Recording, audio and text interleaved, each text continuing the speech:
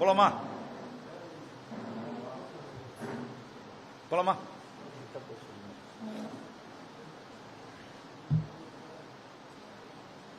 அனைவருக்கும் வணக்கம். இன்று முதல் தமிழக அரசினுடைய வருவாய்த்துறை ஊழியர்களுடைய சங்கங்கள் எஸ்ஐஆர் நடவடிக்கையிலிருந்து தாங்கள் அந்த நடவடிக்கையை அந்த பணியில் ஈடுபடுவதை புறக்கணிக்கப் போவதாக நேற்றைய தினம் ஒரு சுற்றறிக்கையை அனுப்பியிருக்கிறார். முதல்ல இந்த எஸ்ஐஆர் விவகாரத்தில் ஆளும் திமுக அரசாங்கத்தினுடைய பார்வை என்ன என்பதை நாம் தெரிந்து கொள்ள வேண்டும். எஸ்ஐஆர் நடவடிக்கை என்பது தேர்தல் ஆணையத்தினுடைய நடவடிக்கை. இந்திய அரசியலமைப்பு சட்டத்தின்படி, இந்த நாட்டினுடைய சட்டத்தின்படி இந்த எஸ்ஐஆர் ஆனது சிறப்பு தீவிர திருத்தமானது நடைபெறுகிறது. இதை அமுல்படுத்த வேண்டிய முழு பொறுப்பும் கடமையும் மாநில அரசு அதிகாரிகள் மற்றும் ஊழியர்களுக்கு இருக்கிறது. இந்த பணியிலே ஈடுபட்டுக் கொண்டிருக்கிற நேரம் முழுவதும், அந்த காலம் முழுவதும் இந்த மாநில அரசு ஊழியர்கள் அத்தனை பேருமே தேர்தல் ஆணையத்தினுடைய டெபுடேஷன்ல, தேர்தல் ஆணையத்தினுடைய பணி கட்டுப்பாட்டில் இருப்பார்கள். இது கூட தெரியாமல் எதிர்க்கட்சியில் இருக்கிறவங்க பேசுறாங்கன்னு சொல்லி 2 வாரங்களுக்கு முன்னாலே நம்முடைய முதலமைச்சர் திரு மு.க. ஸ்டாலின் அவர்கள் பேசியது அனைவருக்கும் தெரியும். முதல்வராக இருக்கும் பொழுது அதை சொல்கிறார். எதிர்க்கட்சி தலைவராக இருந்த பொழுது மாநில அரசு ஊழியர்களும் காவல்துறை அதிகாரிகளும் தேர்தல் ஆணையமும் கூட்டணி வைத்துக் கொண்டிருக்கின்றன அப்படின்னு எதிர்க்கட்சி தலைவராக இருக்கும்போது சொன்னார். இப்போ இந்த வருவாய்த்துறையினுடைய சங்கங்களுடைய அறிக்கையானது முழுக்க முழுக்க திராவிட முன்னேற்ற கழக தலைவர் திரு மு.க. ஸ்டாலின் அவர்களுடைய தூண்டுதலின் பெயரில்தான் நடைபெற்றுக் கொண்டிருக்கிறது. இந்த அறிக்கைகள் எஸ்ஐஆரினுடைய நடவடிக்கையை பாதிக்கும் அளவிற்கு, எஸ்ஐஆர் வந்துவிடக்கூடாது, ஒருவேளை வந்துவிட்டால் அது நேர்மையான வெளிப்படையான வாக்காளர் பட்டியலை கொடுத்து விடுமோ, அதனால தாங்கள் முறைகேடாக முரண்பாடாக சேர்த்து வைத்திருக்கின்ற அல்லது நீக்கி இருக்கின்ற வாக்காளர்களை மாற்றிவிடுவார்களோ என்கின்ற அச்சத்தில் முதலமைச்சர் மு.க. ஸ்டாலின் அவர்கள் இதை பேசியிருக்கிறாரோ என்று நமக்கு என்ன தோன்றுகிறது. இந்த சங்கங்களுடைய இந்த அறிக்கையானது நேரடியாக மக்களை மிரட்டும் செயலாகும். ஜனநாயக ரீதியாக மக்களுடைய அடிப்படை உரிமைகளை, வாக்குரிமையை பறிக்கும் விதமாக, தடுக்கும் விதமாக இந்த சங்கங்கள் சொல்லியிருப்பது முழுமையாக திராவிட முன்னேற்ற கழக அரசாங்கத்தினுடைய தூண்டுதலினால்தான் என்பதை நாம் உணர வேண்டும். தேர்தல் ஆணையம் இந்த சிறப்பு தீவிர திருத்தத்தை அறிவித்த உடனேயே அதற்கென்று ஒரு மெக்கானிசம் இருக்கிறது. அதாவது ஒரு அரசு இயந்திரம் இதற்காக வேலை செய்யும். எந்த அரசு இயந்திரம்னா மாநில அரசு இயந்திரம். இதுல முதல்ல சீஃப் எலக்டரல் ஆபீசர், தலைமை அதிகாரி, இவரும் மாநில அரசு அதிகாரி. அதன் பிறகு டிஸ்ட்ரிக்ட் எலெக்ஷன் ஆபீசர், மாவட்ட தேர்தல் அதிகாரிகள், எலெக்ஷன் ஆபீசர். இதுல கலெக்டர், அதன் பிறகு எலக்ட்ரல் ரெஜிஸ்ட்ரேஷன் ஆபீசர், தாசில்தார் லெவலில் இருக்கிறவங்க, அதன் பிறகு உதவி வாக்காளர் பட்டியலுடைய அலுவலர்கள், அவங்க தாசில்தாருக்கு கீழே இருக்கிறாங்க. அதன் பிறகு பிஎல்ஓஸ், வாக்குச்சாவடி அதிகாரிகள். இது எல்லாமே மாநில அரசு அதிகாரிகள். இவங்க அத்தனை பேருமே தங்களுடைய, இன்னைக்கு ஒரு காரணம் என்ன சொல்றாங்கன்னா, எங்களை நிர்பந்திக்கிறார்கள். என்ன நிர்பந்திக்கிறாங்க? எங்களுடைய பல வேலை இருக்குது, அந்த வேலையெல்லாம் எங்களால் பார்க்க முடியல, நாங்க காலையிலிருந்து நைட்டு வரைக்கும் இதுக்கே சுத்த வேண்டியிருக்குது அப்படின்னு சொல்றாங்க. ஆனால் இந்த சட்டம் 13 அரசியலமைப்பு சட்டம், இந்திய மக்கள் பிரதிநிதித்துவ சட்டம் 13(b)(2) படி இவர்கள் people representation of people's act 13(b)(2) மிக தெளிவாக சொல்கிறது. இவர்கள் தங்களுடைய அன்றாட பணியினை, மாநில அரசாங்கத்தில் இருக்கக்கூடிய பணியினை முடித்துவிட்டு பகுதி நேரமாகத்தான் இவர்கள் பணிபுரிவார்கள். இந்த காலகட்டத்தில் பார்த்தோம்னா 13CC என்கிற சட்டத்தின்படி இவர்கள் அனைவருமே தேர்தல் ஆணையத்துக்கு டெபுடேஷன்ல இருப்பாங்க. இவர்கள் சரியான முறையில் மக்களிடையே மக்களுடைய ஜனநாயக கடமையை, வாக்காளர் பட்டியல் திருத்தத்தில் சரியான முறையில் இவர்களுக்கு ஒத்துழைப்பு கொடுக்கவில்லை என்று சொன்னால் இவர்கள் மீது நடவடிக்கை எடுக்க வேண்டிய முழு கடமையும் நான் மேலே சொன்ன அத்தனை அதிகாரிகளுக்கும் இருக்கிறது. ஆனால் தேர்தல் ஆணையத்தினுடைய ஒப்புதல் பெற வேண்டும். முதலமைச்சர் சொன்னது போல இந்த தேர்தல் ஆணையத்தினுடைய கட்டுப்பாட்டுக்குள்ளதான் இவங்க இருக்கிறாங்க. எல்லாவற்றுக்கும் மேலாக வேலை பளு அதெல்லாம் சொல்றாங்க. அரசு அதிகாரிகள், அரசு ஊழியர்கள் என்றாலே இந்த சட்டத்தின்படி இதையெல்லாம் ஏற்றுக்கொண்டுதான் இந்த தேர்தல் பணிக்கு அவர்கள் அமர்த்தப்படுகிறார்கள். இதையெல்லாம் பணிக்கு சேரும் பொழுதே அவர்கள் புரிந்து கொண்டு தெரிந்து கொண்டு அதன் பிறகுதான் அவர்கள் இந்த பணிக்கே வருகிறார்கள். தேர்தல் ஆணையத்தினுடைய முழு இயந்திரமுமே மாநில அரசுதான். இதுல ஆசிரியர்களை, வங்கி ஊழியர்களை யாரையுமே இதில் ஈடுபடுத்தக்கூடாது என்று இந்த சட்டம் தெளிவாக சொல்கிறது. மத்திய அரசு ஊழியர்களை கூட இதில் அமர்த்தக்கூடாது. ஒருவேளை இந்த அரசு மாநில அரசு ஊழியர்களிடத்தில் ஆள் இல்லைன்னா எடுத்துக்கொள்ளலாம் என்று சொல்கிறது. உள்ளாட்சியில் இருக்கக்கூடிய பணிபுரியக்கூடிய, உள்ளாட்சி நிர்வாகத்தில் பணிபுரியக்கூடியவர்கள் தான் இருக்க வேண்டும். ஃபெமிலியர் டு தி ஏரியா, அந்த பகுதியை அறிந்தவர்களாக இருக்க வேண்டும். மிக தெளிவாக இந்த சட்டம் சொல்கிறது.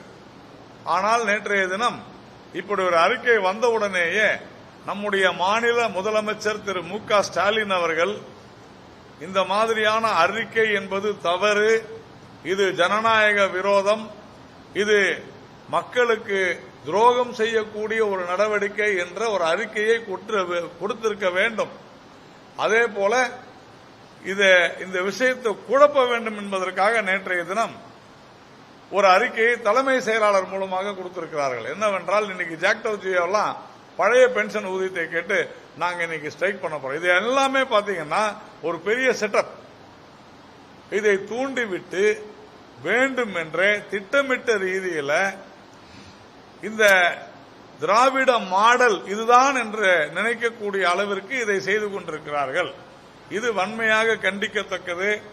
நம்முடைய முதலமைச்சர் மு.க. ஸ்டாலின் அவர்கள் இந்திய அரசியலமைப்பு சட்டத்தின்படி பதவியேற்றுக் கொண்டிருக்கிறார், பொறுப்பேற்றுக் கொண்டிருக்கிறார். ஒரு முதலமைச்சராக ஜனநாயக ரீதியிலான இந்த சிறப்பு தீவிர திருத்த நடவடிக்கைக்கு குந்தகம் விளைவிக்கக்கூடிய எந்த ஒரு நடவடிக்கையும் அவர் ஆதரிக்காமல், அப்படி செய்பவர்கள் மீது கடும் நடவடிக்கை எடுப்பேன் என்று இந்நேரம் அவர் அதிகாரப்பூர்வமாக தெரிவித்திருக்க வேண்டும். அதை விடுத்து அவருடைய அமைச்சர்களின் மூலமாகவும், ஏன் அவருடைய ட்விட்டரிலேயே எஸ்ஐஆருக்கு எதிராக பல்வேறு பழிகளை போட்டுக் கொண்டிருக்கிறார்கள். எஸ்ஐஆர் என்பது என்ன? வாக்குச்சாவடி அலுவலர்கள். அதனாலதான் தேர்தல் ஆணையம் இந்த சட்டத்தின்படி தெளிவா, மிக மிக தெளிவா சொல்லுது. வாக்குச்சாவடி அலுவலர்கள் யாராக இருக்க வேண்டும்னா அந்தந்த பகுதியை சார்ந்தவர்களாக இருக்க வேண்டும். மிக தெளிவா சொல்றாங்க. தங்களுடைய அன்றாட பணி முடிந்த பின்னர் அவர்கள் நேரடியாக அந்த வாக்குச்சாவடியில் இருக்கிற மக்களிடம் வீட்டுக்கு செல்ல வேண்டும். ஒரு 800 1000 பேர் தான் இந்த ஒவ்வொரு வாக்கு சாவடிக்கும் வாக்களிப்பவர்களாக இருப்பார்கள். அப்படின்னு சொன்னா ஒரு மாதம் என்பது தாராளமா போதும். அதிகபட்சம் 1000 பேர்னு வச்சா கூட ஒரு குடும்பத்துக்கு 3 பேர்னா கூட 300 குடும்பம் தான் ஒரு BLO வாக்குச்சாவடி அலுவலர் செல்ல வேண்டும். 300 குடும்பம் சொன்னா ஒரு நாளைக்கு தாராளமாக 10 குடும்பத்துக்கு ஈஸியா போக முடியும். இவர்களுக்கு துணையாக BLAs ஒரு கட்சியை சேர்ந்த BLAs இருக்கிறாங்க. எங்க கட்சியை பொறுத்தவரையிலும் SIR தீவிர திருத்தம் என்கிற ஒரு புக்லெட்டை நாங்க போட்டிருக்கிறோம். இது அத்தனையுமே மிக தெளிவாக ஒரு BLA என்ன செய்யணும், BLOக்கு எப்படி துணையாக இருக்க வேண்டும் என்பதையெல்லாம் எடுத்து சொல்கிறது. இதுல எந்த விதமான குழப்பமோ முறைகேடோ அல்லது குறைபாடோ எதுவுமே இல்லை என்பதை ஏற்கனவே நடந்த SIR சிறப்பு தீவிர திருத்தம் 1, அதாவது பீகார்ல நடந்ததுனாலதான் பீகாரில் எந்த ஒரு அரசியல் கட்சிக்கும் ஒரே ஒரு எதிர்ப்போ அல்லது முறையீடோ இல்லை. SIR முடிந்தவுடனே எல்லா கட்சியினுடைய வாக்குச்சாவடி முகவர்களும் BLAஸும் கையெழுத்து போட்டு சரியா நடந்திருக்குதுன்னு சொல்லிட்டாங்க. தேர்தல் நடந்து முடிந்த பின்னர் ஒரு வாக்குச்சாவடியில கூட மறு வாக்குப்பதிவு நடக்கவில்லை என்பதற்கு காரணமே SIR மிக தெளிவாக நடந்தது என்பது. ஆனால் திரு மு.க. ஸ்டாலின் போன்றவர்கள், அவருடைய அன்பு சகோதரர் என்று பாசத்தோடு அவர் அழைக்கக்கூடிய ராகுல் காந்தி போன்றவர்கள் எல்லாம் 65 லட்சம் வாக்காளர்களை நீக்கிவிட்டார்கள் அப்படின்னு சொன்னாங்க. 65 லட்சம் அப்படின்னா என்னன்னு அவங்களுக்கு எத்தனை சைபர் இருக்குதுன்னு தெரியுமான்றது எனக்கு தெரியல. ஏனென்றால் 65 லட்சம் வாக்காளர்களை நீக்கி இருந்தால் குறைந்தது ஒரு 6,50,000 வாக்காளர்கள், ஐயா 10% எங்களை இந்த பட்டியலில் இல்ல, எங்களையே நீக்கி நீங்க கேட்கல, சரி அதை விடுங்க, 10% கூட வேணாம், 1% ஒரு 65,000 பேர் கேட்டாங்கன்னா இல்ல. ஆனா அதுல இருந்து இன்னும் குறைங்க, 6,500 பேர் கேட்டாங்களான்னா இல்ல. ஒரு 65 பேராவது ஏன் எங்களுடைய பெயர் வாக்காளர் பட்டியலில் விடுபட்டுருச்சுன்னு கேட்டாங்கன்னா அதுவும் இல்லை. அப்படி என்றால் இதற்கு முன்னால் எப்படி அது இருந்திருக்க வேண்டும், எப்படியெல்லாம் வாக்காளர் பட்டியலில் குழப்பத்தை ஏற்படுத்தி வைத்திருந்தார்கள், அதை எப்படி தேர்தல் ஆணையம் கையாண்டது என்பதற்கு ஒரு மிக சிறந்த உதாரணம் பீகார் மாநில SIR மற்றும் தேர்தல் நடைமுறைகள். அப்படித்தான் தமிழகத்தில் SIR ஆனது மீண்டும் ஒரு எளிமையான ஒரு நடைமுறை. ஒரு வாக்குச்சாவடி அலுவலர் BLO அவர் ஒரு நாளைக்கு 30 குடும்பங்களுக்கு போவாரு தாராளமா. இது ரொம்ப எளிமையா முடியக்கூடிய ஒரு செயல். இதை வேண்டுமென்றே ஆளும் திராவிட முன்னேற்ற கழகம் தூண்டிவிட்டு வேடிக்கை பார்க்கிறது. இது ஜனநாயக விரோதமான ஒரு செயல். இதற்கு முதலமைச்சர் திரு மு.க. ஸ்டாலின் அவர்கள் துணை போவது என்பது மிக மிக தவறானது. இந்த பணிகள் தாமதிக்கப்படுமேயானால், தடைப்படுமேயானால் இதற்கு முழு பொறுப்பும் ஏற்க வேண்டியது திரு மு.க. ஸ்டாலின் அவர்கள்தான், முதலமைச்சர் தான், இந்த அரசுதான். இன்னும் சொல்ல போனால் நடவடிக்கை எடுப்பதாக ஒரு குழப்பமான ஒரு அறிக்கையை கொடுத்திருக்கக்கூடிய தலைமை செயலாளர் அவர்கள், அவர் கிளாரிஃபை செய்யணும். ஒரு நாள் ஸ்ட்ரைக் அப்படின்னு சொல்றது அவங்க வேறு சில காரணங்களுக்காக செய்கிறார்கள். அவர்களுக்கு சம்பளம் இல்லாத சம்பளம் கிடையாது சொல்றாங்க. ஆனால் இந்த சங்கங்களுடைய அறிக்கை வேறு விதமாக சொல்கிறது. அதனால இந்த எஸ்ஐஆரை தடைப்படுத்த வேண்டும் என்று நினைப்பது ஜனநாயக விரோத செயல் மட்டுமல்ல, இந்திய அரசியலமைப்புக்கு சட்டத்திற்கு எதிராக செயல்படக்கூடியவர்கள். அதற்கு துணை போனால் அது அரசாங்கம் செய்யக்கூடிய ஒரு மிகப்பெரிய தவறு. அவர்கள் மீது நடவடிக்கை எடுக்க வேண்டும் என்றால் கூட முழு அதிகாரமும் தேர்தல் ஆணையத்திற்குத்தான் இருக்கிறது என்பதை முதலமைச்சரே சொல்லி இருக்கிறார் என்பதை நான் இங்கே நினைவுபடுத்த விரும்புகிறேன். நான் முடிச்சிடறேம்மா, அப்புறமா. அதே போல அடுத்தது சமீபத்தில் நாம் பார்த்தோம்,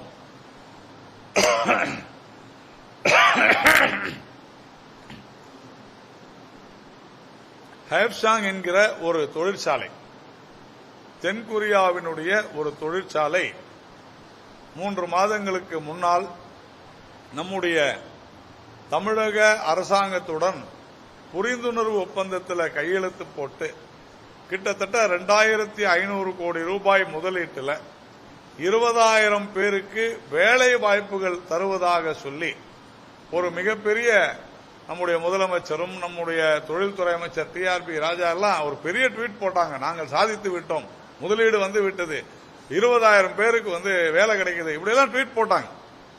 ஆனால் கடந்த 2-3 நாட்களுக்கு முன்னர் அதே தொழிற்சாலை ஆந்திராவுக்கு சென்று விட்டதாக ஆந்திர மாநிலத்திலிருந்து நமக்கு செய்திகள் வந்திருக்கின்றன. இது குறித்து ஆதாரபூர்வமாக செய்தியை பாரதிய ஜனதா கட்சியை சேர்ந்தவர்கள், நாங்கள், அண்ணாமலை அவர்கள் உள்ளிட்ட பல பேர், நம்முடைய மாநில தலைவர் திரு நயினார் நாகேந்திரன் அவர்கள் எல்லோரும் கடுமையாக இதை விமர்சனம் செய்து பதிவிட்ட பிறகு டிஆர்பி ராஜா சொல்றாரு, நாம எந்த மாதிரியான ஹை லெவல் ஜாப்ஸுக்கு உள்ளான தொழிற்சாலைகளை தான் நாங்க முக்கியத்துவம் கொடுப்போம், இதற்கு முக்கியத்துவம் கொடுக்க வேண்டிய அவசியம் இல்லை. அவங்க ஆந்திராவில் ₹1 நிலம் லீஸு கொடுத்தாங்க அப்படின்னு அங்க போயிட்டாங்க, அவ்வளவு குறைந்த அளவில் நம்மளால கொடுக்க முடியாதுன்னு சொல்றாங்க. அதாவது 2 விஷயம் அவர் சொல்றதுல இருந்து நம்மால் புரிந்து கொள்ள முடிகிறது. அவர் பதிவிட்டது, நிலம், தமிழ்நாட்டில் நிலங்களுடைய விலை அதிகம், அதே மாதிரி இந்த தொழிற்சாலையானது மேனுவல் லேபர்ஸ், கூலி தொழிலாளிகளைத்தான் அதிகமாக வேலைக்கு அமர்த்தும். அதனாலதான் இந்த தொழிற்சாலையை நாங்கள் அதிகமாக கண்டுகொள்ளவில்லை, ஆந்திராவுக்கு போனா போகட்டும் விட்டோம். ஆனால் ஆந்திராவினுடைய மிகுந்த மதிநுட்பத்தோடு அவர்கள் செயல்பட்டிருக்கிறார்கள் என்றுதான் நாம் சொல்ல வேண்டும். ஏனென்றால் இதனுடைய ஆன்சிலரி யூனிட் பூரா எங்க இருக்கும்னா ராணிப்பேட்டையில் இருக்கும். ஆந்திராவில் இது குப்பம் தொகுதி, சந்திரபாபு நாயுடு அவர்களுடைய முதலமைச்சருடைய தொகுதியில் இது அமைய போகிறது. அப்போ இந்த தொழிற்சாலைக்கு முழுமையான எல்லா ஒத்துழைப்பும் நம்முடைய தமிழ்நாட்டிலிருந்து கிடைக்க போகுது. எவ்வளவு திட்டம் போட்டு அவர்கள் செயல்பட்டிருக்கிறார்கள். ஆனால் 2 விஷயத்தை சொல்லி நிலம் நாங்க இப்படிலாம் கொடுக்க முடியாது அப்படின்னு சொல்றாங்க. ஆனால் அது மட்டும் காரணம் அல்ல, சரியான நேரத்தில் நடவடிக்கை எடுக்கவில்லை. புரிந்துணர்வு ஒப்பந்தத்தில் கையெழுத்து போட்டு 3 மாதங்கள் சும்மா இருந்தது ஏன்? விரைவான அந்த ஒப்பந்தத்தை செயல்படுத்தக்கூடிய, இது திருநெல்வேலி அல்லது தூத்துக்குடியில் வந்திருக்க வேண்டிய ஒரு தொழிற்சாலை. அப்ப அங்கெல்லாம் எல்லாருக்குமே வேலை இருக்குதா? திரு டிஆர்பி ராஜா திருநெல்வேலி தூத்துக்குடி இருக்க மக்கள் எல்லாருக்குமே வேலை இருக்குதுன்னு சொல்றாங்களா? அதெல்லாம் முன்னேறிய மாவட்டங்களா ஆயிடுச்சா அப்படின்றத எக்ஸ்பிளைன் பண்ண அவர் சொல்லணும். அதே மாதிரி இந்த தொழிற்சாலையை தான் நாங்கள் ஒரு லோயர் ஜாப்ஸ், அதாவது சம்பளம் குறைவான வேலை வாய்ப்பை அப்படின்றதுனால விட்டுட்டோம்னு சொன்னா, நான் ஒரு பெரிய லிஸ்டே வச்சிருக்கிறேன். கடந்த சில மாதங்கள்ல ஆந்திராவிற்கு ஆர்சிலார் மிட்டல், அதானி சிமெண்ட் உட்பட பல்வேறு நிறுவனங்கள், Google, ReNew energy, Anandraj cloud, Reliance, RITES, Amaravati, இது மாதிரி பல்வேறு, கூகுள்ல ஒரு மிகப்பெரிய, இவ்வளவு பெரிய இன்வெஸ்ட்மெண்ட் கூகுள் இந்தியாவிலே செய்யல, அப்படிப்பட்ட ஒரு பெரிய முதலீடு. இதையெல்லாம் ஏன் நீங்கள் ஆந்திராவுக்கு விட்டீர்கள் என்கிற கேள்வி தானாகவே எழுகிறது. தவறு மாநில அரசினுடைய நிர்வாகத்தில் இருக்கிறது, தவறு மாநில தொழில்துறை அமைச்சர்கிட்ட இருக்குது, தவறு நம்முடைய மாநில முதலமைச்சர்கிட்ட இருக்குது. பக்கத்தில் இருக்கிற ஆந்திரா பெருமை சொல்றாங்க, தமிழ்நாட்டை மாதிரி ஒரு அட்வான்ஸ் ஸ்டேட், முன்னேறிய மாநிலம் இல்லை, மேனுபேக்சரிங் ஸ்டேட், உற்பத்தி மாநிலம், எப்பேற்பட்ட ஏன் விட்டீங்க? அப்போ இதுல இந்த ஒரு தொழிற்சாலைக்கு இந்த நிலத்தை நாம கொடுக்க வேண்டிய அவசியம் இல்லைன்னு சொல்றீங்க. ஆனால் அப்ப மற்ற தொழிற்சாலைகள்லாம் எப்படி வந்துச்சு? இதெல்லாம் திரு டிஆர்பி ராஜா பதில் சொல்லணும். சும்மா ஏதோ ஒரு காரணத்தை சொல்லிட்டு ₹1 நிலம் கொடுத்துட்டாங்க அப்படின்னா, இன்னைக்கு தமிழ்நாட்டில் ரெனியூவபிள் எனர்ஜி, புதுப்பிக்கத்தக்க எரிசக்தி, அதே மாதிரி இங்க மற்ற சோலார் மாதிரியான, விண்டுமில் மாதிரியான இது எல்லாம் இப்ப கண்டினியூ ஆவறதில்லை. டாடா பவர் பல 1000 கோடி முதலீட்டை ஆந்திராவில் செஞ்சிருக்குது. ஏன் இங்க செய்ய முடியல? காரணம் என்ன? ஏன்னா ஆந்திராவில் பல சலுகைகளை கொடுக்கிறார்கள்.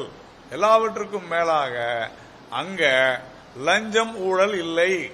அந்த லஞ்சம் வாங்காத ஒரு மெகாவாட்டுக்கு இவ்வளவு பணம் அப்படின்னு ஆந்திராவில் கேட்கறது இல்ல. ஆனா இங்க கேட்கிறாங்களா இல்லையான்னு நான் திரு டிஆர்பி ராஜா அவர்களை நான் கேட்கிறேன். அவர் இல்ல, ஆனால் அந்த துறை அப்படி செயல்படுகிறதா? அப்படித்தான் செயல்படுகிறது. இங்க முழுக்க முழுக்க லஞ்சம் ஊழல். இந்த ஃபேக்டரி இங்க வரணும்னா இவ்வளவு கொடுக்கணும். அதே மாதிரி கால விரயம், நேர விரயம், மிகப்பெரிய செலவு. இப்ப ஆந்திராவில் கிட்டத்தட்ட 10 வருடத்திற்கு மின்சாரத்தில் அவங்க சப்சிடி கொடுத்திருக்கிறாங்க. இங்க நீங்க கொடுக்குறீங்களா? பல காரணங்கள். ஒரே ஒரு காரணம், நிலம் மட்டுமே. ஒரு 100 ஏக்கர் நிலத்துக்காக அந்த ஹெப்சங் அப்படின்ற அந்த நிறுவனம் அங்க போயிடுச்சுன்னு சொல்றது ஏமாற்று வேலை. அப்படி சொல்வது என்பது தவறானது, மோசடி. நீங்கள் தோல்வியுற்றிருக்கிறீர்கள் என்பதை புரிந்து கொள்ளுங்கள். மக்களை ஏமாற்றி விட்டீர்கள், துரோகம் செய்கிறீர்கள். ஒரு பக்கம் ஜனநாயக விரோதமாக எஸ்ஐஆர் நடவடிக்கைகளை தடுத்து நிறுத்துபவர்களை வேடிக்கை பார்ப்பது, இன்னொரு பக்கம் பொருளாதாரத்தை வலுப்படுத்தக்கூடிய பல்வேறு தொழிற்சாலைகளை தமிழகத்திலிருந்து விரட்டி அடிப்பது, இதைத்தான் இந்த திமுக அரசு செய்து கொண்டிருக்கிறது. இதுதான் இன்றைக்கு இந்த 2 விஷயங்களை தான் நம்ம பேச வேண்டியிருக்குது. வேற ஏதாவது தான் நீங்க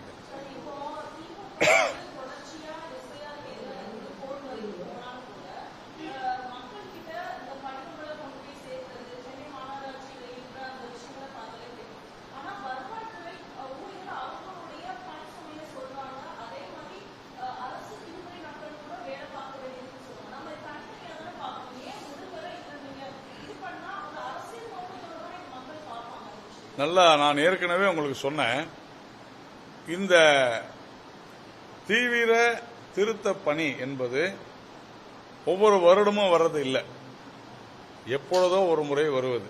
ஆக்ட்ல இருக்கிற விஷயம், இந்திய அரசியலமைப்பு சட்டத்தில் இருக்கிற விஷயம். அப்போ இதை யார் செய்ய வேண்டும் என்றால் இவர்கள் தான் செய்ய வேண்டும். மாநில அரசு ஊழியர்கள் தான் செய்யணும். மாவட்ட கலெக்டருடைய அவர் தான் இங்க டிஸ்ட்ரிக்ட் எலெக்ஷன் ஆபீசர். அப்போ இது எல்லாமே அவர்களுடைய ஒப்புதலின் பெயர்ல இப்படித்தான் நடக்க வேண்டும் என்பதற்காக செய்யப்பட்டிருக்கிற ஒரு விஷயம். இரண்டாவது, அவர்களுக்கு எப்படி பணி நேரமோ அந்த மாதிரிதான் மக்களும் பணி நேரத்தில் வெளியே போயிருப்பாங்க. ஏன் நீங்க இத பணி நேரம் முடிந்த பிறகு போகணும்னு சொல்றாங்க அப்படின்னு சொன்னா அதான் காரணம். அதே போலத்தான் இந்த ஆக்ட்லயே இருக்குது, யார பிஎல்ஓ போடணும் நியமிக்கணும் என்பது ஆக்டில் இருக்குது. அதை புரிஞ்சுங்க. இது எல்லாமே நம்முடைய ஜனநாயகத்தை காப்பாற்றக்கூடிய ஒரு முறைகள். அப்போ இது ஒரு நார்மல் ரொட்டீன் ஜாப் இல்ல. அப்போ அவர்களுடைய கடமை இது. அந்த கடமையை நாங்கள் செய்ய மாட்டோம் என்று அவர்கள் சொல்ல முடியாது, சொல்லவும் மாட்டார்கள். ஏனென்றால் அவர்களுக்கு தெரியும், சாதாரண எலெக்ஷன் டைம்ல பாத்தீங்கன்னா எலெக்ஷன் ஒர்க், எலெக்ஷன் டியூட்டி, அந்த எலெக்ஷன் டியூட்டி எப்படி இருக்கும் சொன்னா, central government employees, school teachers, அதே மாதிரி பேங்க் எம்ப்ளாயிஸ் எல்லாருமே இருப்பாங்க. இதுல அவங்க எல்லாம் இருக்க மாட்டாங்க. ஒன்லி மாநில அரசு ஊழியர்கள் தான் இருப்பாங்க. இதுதான் இந்த ஆக்ட் சொல்லுது.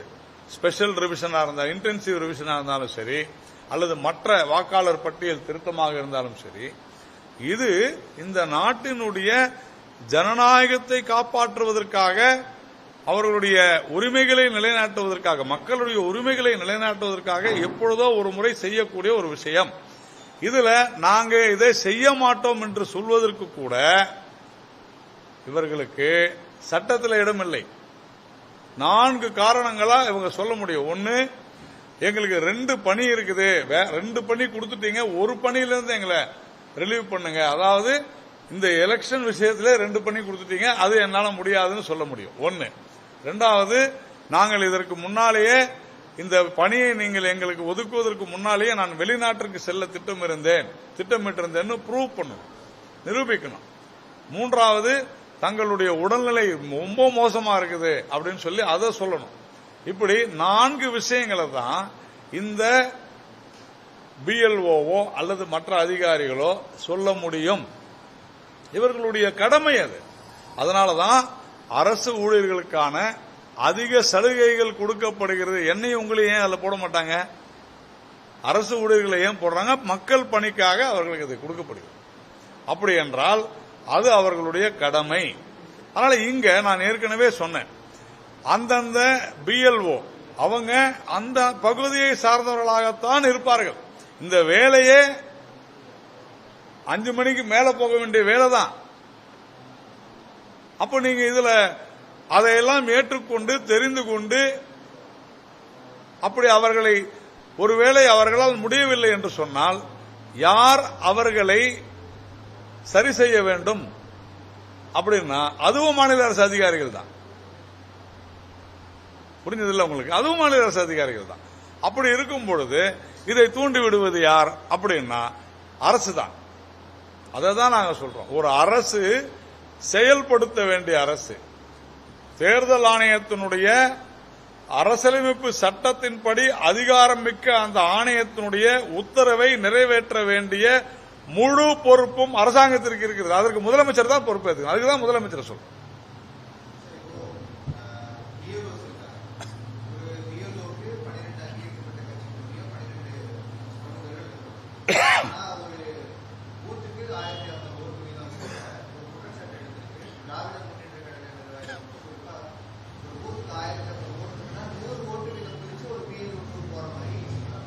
சார், பிஎல்ஓ 2 போக முடியாது சார். அவங்க அரசியல் கட்சியினுடைய பிஎல்ஏ பூத் ஏஜென்ட்ஸ்.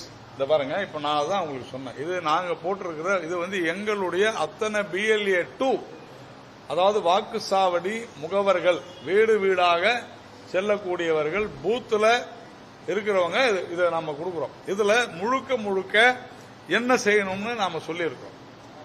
திமுகவாக இருந்தாலும் சரி, அதிமுகவாக இருந்தாலும் சரி, பாஜகவாக இருந்தாலும் சரி, அவர்கள் பிஎல்ஓவோட போவாங்க, கோஆர்டினேட் பண்ணுவாங்க. போலாம் சார். இல்ல, அதான் சொல்றேன்ல. இல்ல அப்படி இல்ல, நீங்க அது பிஎல்ஓனுடைய சௌகரியம். அவர் 10 பேர் கூட போனா அவர் வந்து என்ன பண்ண முடியும்? அது இல்ல விஷயம். பிஎல்ஏ 2 அப்படின்னு சொல்றது அதுவும் தேர்தல் ஆணையத்தினால் அங்கீகரிக்கப்பட்டவர்கள் புரிஞ்சுங்க. 10 பேர் 20 பேர்லாம் இல்லங்க, ஒரு பூத்துக்கு ஒருத்தர் தான். இல்லங்க, அதுதான் சொல்றேன். நீங்க போறாங்க வராங்கன்னு ஸ்பெசிபிக்கான குற்றச்சாட்டு இல்லாத நான் ஒன்றும் செய்ய முடியாது. அப்படி இருந்தால் அதான் மறுபடியும் அந்த புகார் யார்கிட்ட போகும்? பிஎல்ஓக்கு மேல இருக்கிறவங்க. நான் அந்த லிஸ்டே உங்களுக்கு சொன்னேன். பிஎல்ஓக்கு மேல அசிஸ்டன்ட் எலக்ட்ரல் ரெஜிஸ்டர் ஆபீசருக்கு போகும். அதே மாதிரி எலக்ட்ரல் ரெஜிஸ்ட்ரேஷன் ஆபீசருக்கு போகும். அதுக்கு மேல டிஸ்ட்ரிக்ட் எலெக்ஷன் ஆபீசருக்கு போகும். இவங்க எல்லாருமே என்ன பண்ண முடியும்னா தேர்தல் ஆணையத்திட்ட இந்த கம்ப்ளைண்ட்டை கொடுக்கணும். எல்லாத்துக்குமே தேர்தல் ஆணையம். இது சிஸ்டம் வந்து மாநில அரசு அதிகாரிகள். நம்ம இப்போ ஒருவேளை நீங்க சொல்ற திமுகவினுடைய இன்ஃபுளுயன்ஸ் இருக்குது, நீங்க அதான் சொல்ல வரீங்க. திமுகவுடைய இன்ஃபுளுயன்ஸ் இருக்குது. அவங்க 10 பேர் போறாங்க, 20 பேர் போறாங்க அப்படின்றதெல்லாம் வீடுகளுக்கு போறதுன்றது அவங்களுடைய ஸ்ட்ரென்த்தை பொறுத்து இருக்குது. அப்படி போக இந்த விஷயத்துல தேர்தல் ஆணையம் யாரை அங்கீகரித்திருக்கிறதோ, இப்ப நாங்க வந்து இப்ப இவருடைய பூத்துல BLA 2 அப்படின்னு போட்டோம்னா அந்த BLO இவர் சொல்வதை இவருடன் தான் அவர் கோஆர்டினேட் செய்ய வேண்டும். 10 பேர் போறாங்க 12 பேர் போறாங்கன்றதெல்லாம் அதெல்லாம் அபிஷியலா கிடையாது. அதுதான் அதிகாரப்பூர்வமா கிடையாது. அப்படி போய் இவருக்கு அது ஒரு பிரச்சனையாக இருக்கிறது. அவர்கள் அந்த BLOவை இன்ஃபுளுயன்ஸ் பண்றாங்க, அதிகாரம் செலுத்துகிறார்கள் என்றால் இவர் தேர்தல் ஆணையத்திடம் கம்ப்ளைண்ட் கொடுக்கணும். அகைன் தேர்தல் ஆணையம்னா யாரு? மாநில அரசு அதிகாரிகள் தான். நான் மறுபடியும் இந்த அரசு மாநில அரசு ஏன் சொல்றேன்னா இதை பொறுப்போடு செய்ய வேண்டிய கடமையிலிருந்து தவறக்கூடாது அப்படின்றதான் நம்ம தொடர்ந்து சொல்றோம்.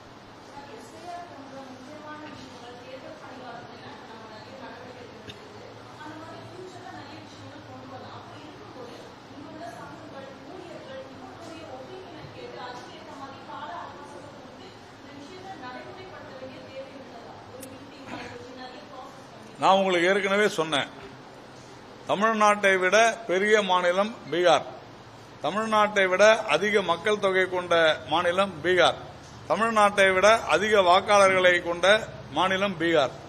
பீகார்ல SIR 1 எப்படி நடந்துச்சு? ராகுல் காந்தியோ MK ஸ்டாலினோ சொல்லலாம். ஆனால் இந்த SIR என்றது மாநிலத்துக்கு ஒன்று நடப்பதில்லை, ஒவ்வொரு வாக்கு சாவடியிலும் நடக்கிறது. அந்த வாக்கு சாவடியில் இப்ப அவர் கேட்டார் பாருங்க ஒரு கேள்வி, 12 அங்கீகரிக்கப்பட்ட கட்சி இருக்குதுன்னு. அந்த ஒவ்வொரு வாக்கு சாவடியில் இருக்கக்கூடிய அனைத்து அரசியல் கட்சியினுடைய, ராகுல் காந்தியினுடைய கட்சியினுடைய ஊழியர், தொண்டர் அல்லது அந்த பகுதியினுடைய தலைவர் அவர் கையெழுத்து போட்டு கொடுக்கிறாரு. SIR சிறப்பாக நடைபெற்றது, எனக்கு எந்த எதிர்ப்பும் இல்லை, எங்களுக்கு எந்த விதமான மேல்முறையீடும் இல்லை, கையெழுத்து போட்டு கொடுத்திருக்கிறாரு. நடந்துச்சா இல்லையா? இதை விட பெரிய மாநிலத்தில் தேர்தல் முடிந்த பிறகு மறுநாள் ஆய்வு கூட்டம் நடைபெறுகிறது. அந்த ஆய்வில் இந்த தேர்தலில் வாக்காளர் பட்டியலில் எந்த குழப்பமும் இல்லை, இந்த தேர்தல் மிக சிறப்பாக முறைகேடின்றி குறைபாடின்றி நடைபெற்றது, எங்களுக்கு இதனால எந்த மேல்முறையீடும் இல்லை அப்படின்னு கையெழுத்து போட்டு, இங்க மறு வாக்குப்பதிவு தேவையில்லைன்னு கையெழுத்து போட்டு எல்லாமே சிறப்பாக நடைபெற்றதுன்னு சொன்னது யாரு? காங்கிரஸ்காரங்க. அப்போ ராகுல் காந்தி அவர்களுக்கோ அல்லது திரு MK ஸ்டாலின் அவர்களுக்கோ தங்களுடைய தொண்டர்களின் மீது நம்பிக்கை இல்லையா? கட்சியினுடைய பிரதிநிதிகள் மீது நம்பிக்கை இல்லையா? எங்களுடைய அமித்ஷா அவர்கள் ஒரு பூத் லெவல் ஏஜென்ட், BLA 2 அவரும் தெரியுமா? அப்போ எல்லாரும் ஒண்ணுதான். ராகுல் காந்தி சொன்னா காங்கிரஸ்ல இருக்கக்கூடிய ஒரு வாக்குச்சாவடி முகவர் சொன்னா ரெண்டுமே ஒண்ணுதான், கையெழுத்து போட்டு கொடுக்கிறாரு. ஆனா அதே கையெழுத்து ராகுல் காந்திய நீங்க கையெழுத்து போட்டு கொடுங்கன்னு சொன்னா முடியாதுன்னு சொல்றாரு ராகுல் காந்தி. இப்ப புரியுதா? இது பொய்யர்களின் கூட்டம்னு இங்கேயும் அதுதான் நடைபெற்றுக் கொண்டிருக்கு. ஒரு சாதாரண எளிய நடைமுறையை அரசியல் படுத்துவதற்காக ஏற்கனவே இவர்கள், அவர் சொன்னார் பாருங்க, நிறைய பேரை வச்சு இன்ஃபுளுயன்ஸ் பண்றாங்க. அப்படி செய்து தங்களுக்கு தேவையான வாக்காளர்களை பெயர்களை பட்டியலிலே சேர்த்து தங்களுக்கு எதிராக இருப்பவர்களை நீக்கி இப்படிலாம் நிறைய செஞ்சிருக்கிறாங்க. அதை இந்த SIR சரிப்படுத்தும். அதுக்கு நீங்க சொல்ற கால அவகாசம் போதும், ஒரு மாசம் போதும். ஒரு BLOக்கு 30 குடும்பம் தாங்க, 300 குடும்பம் தாங்க, ஒரு நாளைக்கு 30 குடும்பம் முடியுமா முடியாதான்றதுதான் கேள்வி. எந்த அரசியல் கட்சியும் முடியாதுன்னு சொல்லாது. இங்க வேண்டுமென்றே குழப்பத்தை ஏற்படுத்தி நாளை தோற்றுவிட்டால் ஐயோ நாங்க இதனால தான் தோத்தோம் ஒரு நாடகம் ஆடுவதற்காக செய்யப்படுகிற விஷயம். எப்படியும் தோக்க தான் போறாங்க, அதற்காக செய்யப்படுகிற விஷயம். நன்றி. எப்படி இருக்கீங்க? சூப்பர். நல்லா